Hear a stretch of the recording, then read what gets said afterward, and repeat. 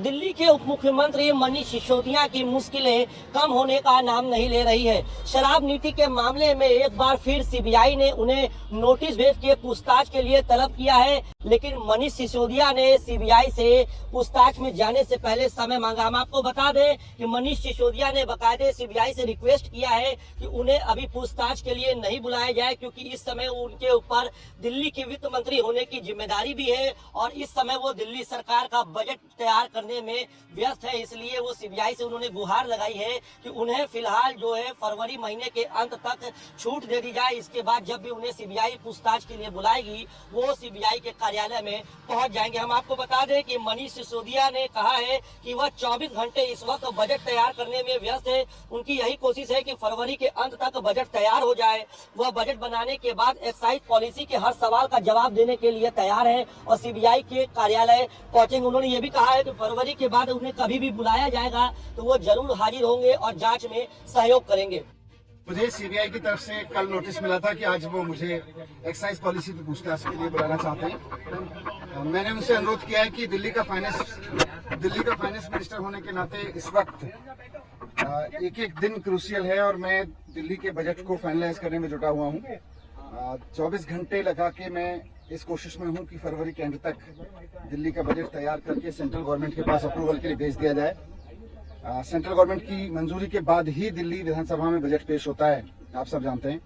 तो फरवरी का last week होने के नाते इस वक्त मेरा एक एक दिन बहुत क्रूशियल है बजट की तैयारियों के लिए, क्योंकि बजट की तैयारी अपने अंतिम चरण में है।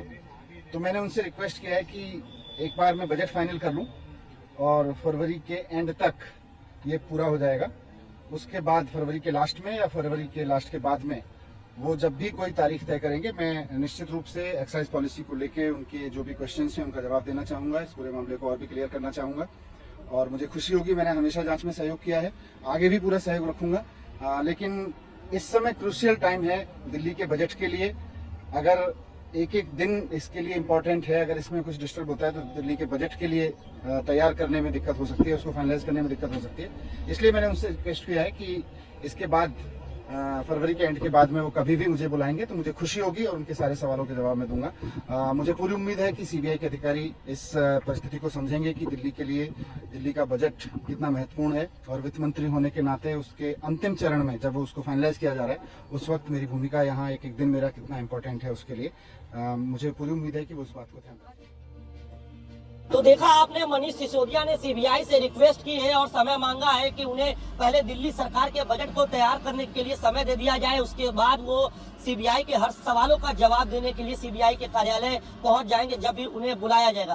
तो मनीष सिसोदिया ने जैसे ही वक्त मांगा तो उस बार फिर बीजेपी जो है उनके ऊपर हमलावर हुई है।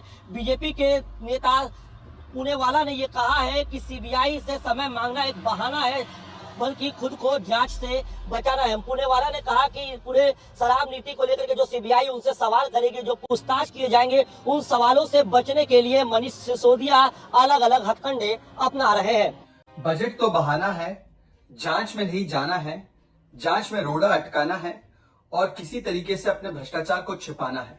आज मनीष सिसोदिया ने, सीबीआई ने जब उन्हें बुलाया है शराब घोटाले में जांच के लिए तो जाने से मना कर दिया और बहाना बनाया। पहले विक्टिमहुड कार्ड खेलना, उससे पहले अपने आप को ही क्लीन चिट देना, उससे पहले मामले को डाइवर्ट करना और उससे पहले जांच को प्रभावित करने के लिए हर तरीके के हथकंडे अपनाना। और आज जब शराब घोटाले में बहुत सारे खुलासे हुए हैं तो बार बार जो लोग अपने आप को मासूम कहते हैं जांच से भाग रहे हैं। यदि आप मासूम हैं तो जांच में शामिल हो जाते, यदि आपने कुछ नहीं किया है तो जांच को कोर्ट से खारिज करवा देते, कॉश करवा देते। आज तक विजय नायर को बेल नहीं मिली है। जिस प्रकार से हमने देखा है कि सत्येंद्र जैन भी जेल में है हवाला घोटाले को लेकर, उसमें भी कहा गया कि ये मासूम है, इनोसेंट है। शराब घोटाले पर एक भी सवाल का जवाब नहीं दिया जा रहा। कह रहे हैं कि शराब घोटाला हुआ ही नहीं। अगर घोटाला हुआ ही नहीं तो पुरानी पॉलिसी वापस क्यों ले आई और नई पॉलिसी क्यों हटा दी गई? क्यों 2500 करोड़ का नुकसान हुआ ये आप ही के आरटीआई, सरकार के आरटीआई ने कहा? और क्यों आज तक विजय नायर और शराब माफिया के लोगों को बेल नहीं मिली है? ये दिखाता है कि शराब घोटाले को दबाना है, इसलिए जांच से सहयोग नहीं करना है और बजट एक बहाना है। गौरतलब है कि शराब नीति को लेकर के दिल्ली में काफी हंगामा देखने को मिला था जब आम आदमी पार्टी की शराब नीति पर बीजेपी ने सवाल उठाए थे और काफी बयानबाजी भी देखने को मिली थी।